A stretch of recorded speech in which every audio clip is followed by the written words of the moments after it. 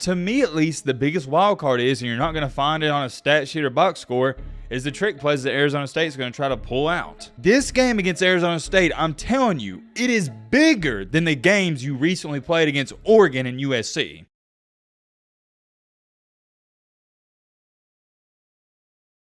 Ladies and gentlemen, boys and girls, you know what time it is. Don't act brand new around here. Another night, another prime time video. That was a little rough. Another prime, alright, whatever, you get the point. But on a serious note, on the recent video we uploaded earlier today, I said, hey, if we can get it to 900 likes before tonight, we'll upload another Colorado video previewing the Arizona State-Colorado game, and of course we hit it. Our like goal is 900 likes in only a couple hours, and per usual, we crushed it. We got well over 1,000. So clap it up, clap it up, clap it up. Major shout out to everybody part of our community. And y'all know we only do a like goal just to see if you guys want to see the content. We hit the like goal, so obviously you guys want to see it, and I'm a fan of the people, and I'm going to give the people what they want. You want the Colorado and Arizona State preview? I got you, don't worry. We're going to do just that in tonight's video. I think the premise of it is relatively simple. Speaking of the game itself, I actually have no idea what time they play, and I have no idea what the line is. I assume Colorado's going to be about a 7-point favorite. Let's pull it up. Okay, got it pulled up right here. They kick off at a very odd time, 5:30 p.m., at least for me, that's Central Time Zone. And as to where it stands at this moment in time, this can fluctuate a little bit, but Colorado is only a 4-point favorite. To give you some perspective, Colorado is 3-2 heading into this game, their 2 losses being to top 10 teams, USC and Oregon. On the flip side for Arizona State, it's not so good. They're 1-4. And I'll tell you this, I was watching some Arizona State film before I sat down to record this, and I watched some last night. This is not a very good team. They are currently in a rebuilding process, and it's clear and evident to see they're depleted at a lot of positions depth-wise, which is also the same case and scenario for Colorado. Colorado starters are decent. They can compete with a lot of teams, but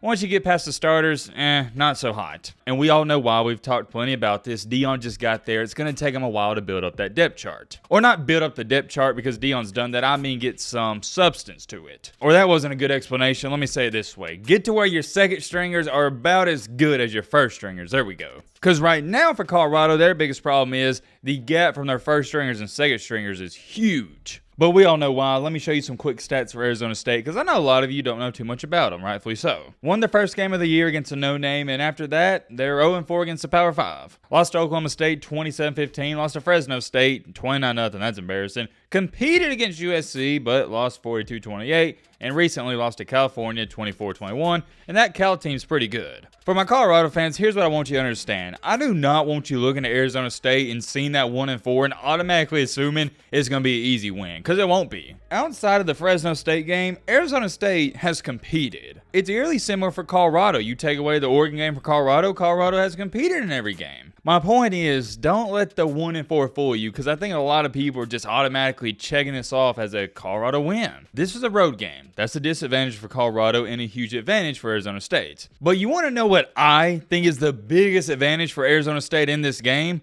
They have nothing, and let me repeat this, they have nothing at all to lose. This team sucks. They know they suck. They know they're not supposed to win this game. They know they're not supposed to make a bowl game. They're going to pull out every trick play in the book. You know why I think that's going to happen? Because I saw them do it against USC. Arizona State ran it was like 14 to 15 different trick plays against Caleb Williams and Lincoln Riley. And guess what? A lot of those trick plays worked. It's the main reason they scored 28 points. So you mean to tell me you don't think they're going to pull out some of those trick plays against Colorado? They will. I hate to be the bearer of bad news, but they will. In college football and in life, I'll give you an example in just a second. One of the scariest teams out there to face is a team that has nothing to lose. Like I was saying, applying that to real life, the last person in the world you want to get into an argument with or a quote-unquote beef with is a man or woman that has nothing to lose. Why? Because they have nothing to lose. If you're quote-unquote beefing with somebody that has nothing to lose, that's dangerous. And I'm sure there's some people out there listening or watching right now, you know exactly what I'm talking about. If you're a person who has a good career path, a good job, a wife, husband, maybe you're married, maybe you have kids, etc., you see what I'm saying? You don't want to get involved with that. You have stuff to lose. Applying that to this case and scenario, Colorado is the person that has stuff to lose. They have a lot going for them. They're still riding high. Yeah, they lost to Oregon and USC, but they're not supposed to win those games. They're still playing for a lot this season. Arizona State is not. Season's over. They're 1-4. They know they're probably not even going to make a bowl game, so this is their Super Bowl. This is going to be the most watched Arizona State game of the year, period, the end. Typically, and more times than not, when people use the phrase trap game,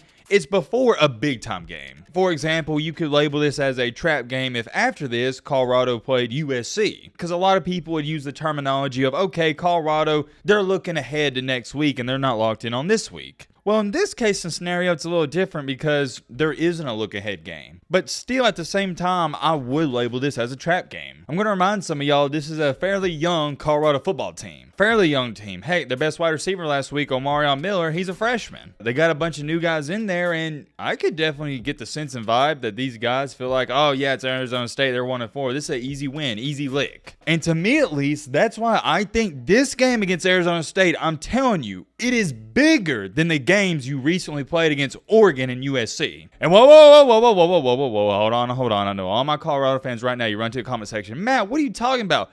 You're trying to tell me Arizona State game's bigger than a top 10 matchup with UC and Oregon? And yes, I am. Let me explain. Hear me out. If you disagree with me after I say this, that's completely fine, but just give me a chance to speak. I want you to really think about this. Against Oregon and USC, I'm asking you a question.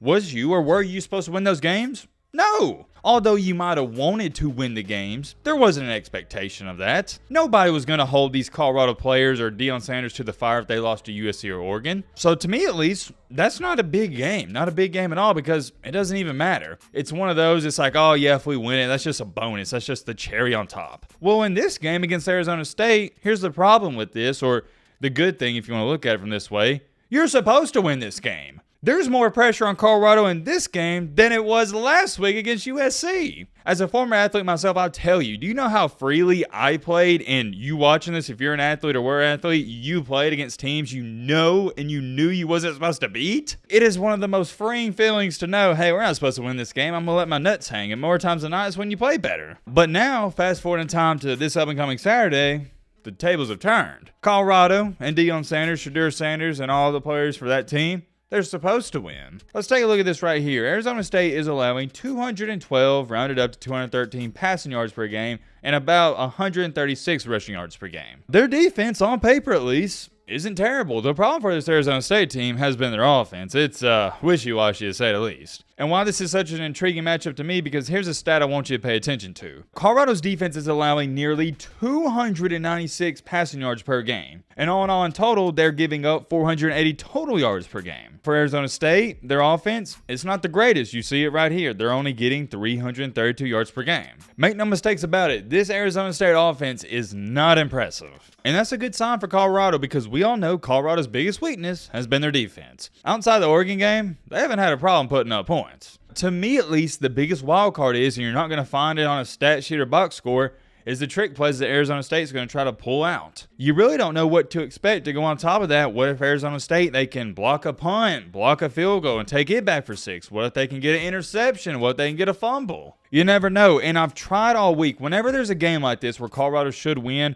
for the opposing team, I'll look at from this standpoint. What is Arizona State better at than Colorado? And when it comes down to it, I would say Arizona State's defense is better than Colorado's defense. But here's the thing with that. I still think Colorado's offense will put up points. I don't think Arizona State's defense is good enough to shut them down like Oregon did. No. For this game, the X factor, and I don't know if this has ever been an X factor in the history of the sport of college football, it's going to be the trick plays. I'm telling you. You're going to come back to my live reaction on Saturday and you're going to be like, yeah, Matt, you were right. They pulled out all the tricks in the bag. I don't want to say pulling out trick plays is the only way Arizona State's win this game, but at the same time, they're going to have to use a few of them. For those of you that don't know, Arizona State, they've been having some problems at the quarterback spot, and that's why they've been using trick plays. Outside the trick plays, though, I watched this Colorado offense light up USC and hang a 41 piece. And it's funny because I got a great preview for this game myself because 2 weeks ago, I watched Arizona State play USC, and then the week after, I watched Colorado play USC. Granted, I know you can't really do this because in football, matchups are a big thing. You know how people try to do the whole, well, oh, Alabama lost to Texas, and then Texas lost to Oklahoma, so theoretically speaking, that means Oklahoma is better than Alabama. No, I don't do all that. You can't do that because football is a game of matchups. But what I can tell you is what I've seen out of Colorado and what I've seen out of Arizona State up until this point, I think they're even teams. But, and I have a big but, the one thing that separates them is quarterback play. And whenever you have a game like this where it's neck and neck, you get similar talent, the one thing that's going to separate the talent is quarterback play. And 99.9% of the times when there's a close game with even teams, the team with the better quarterback wins. And you know where I'm going with this? Well, I'll ask you. Who has the better quarterback? Dun-dun-dun. All right. That's time's up. Shedeur Sanders, Colorado. It's not even close, man. Shedeur Sanders is the better quarterback in this game, and I think the better offense wins this game. Essentially speaking, yes, I think Colorado will have the better offense in this game, and they come out with a win. But, and I do have a big but, I need to throw this in there, I wouldn't be shocked if Arizona State pulls off the upset. Watch out for the trick plays. Watch out. I'm going to roll with the Buffaloes. I hope they prove me right yet again. I'm going to take Colorado. 35, Arizona State, 31. I'm going to say 4-point win for Colorado. I'm comfortable with that. I think there will be a lot of points scored. 35-31. Also, wouldn't be shocked if it gets in the 40s. I'm going to bank on the fact that Colorado, though, they get off to a slow start because that's sort of been their motto the entire season. Haven't been starting out too hot, and they pick it up in the second half. 35-31. Give me the Buffs. Watch out for the trick plays, though. I can't emphasize that enough. Trick plays are the X factor. Marking it down now. I'm curious. Let me know your thoughts down below. But, roll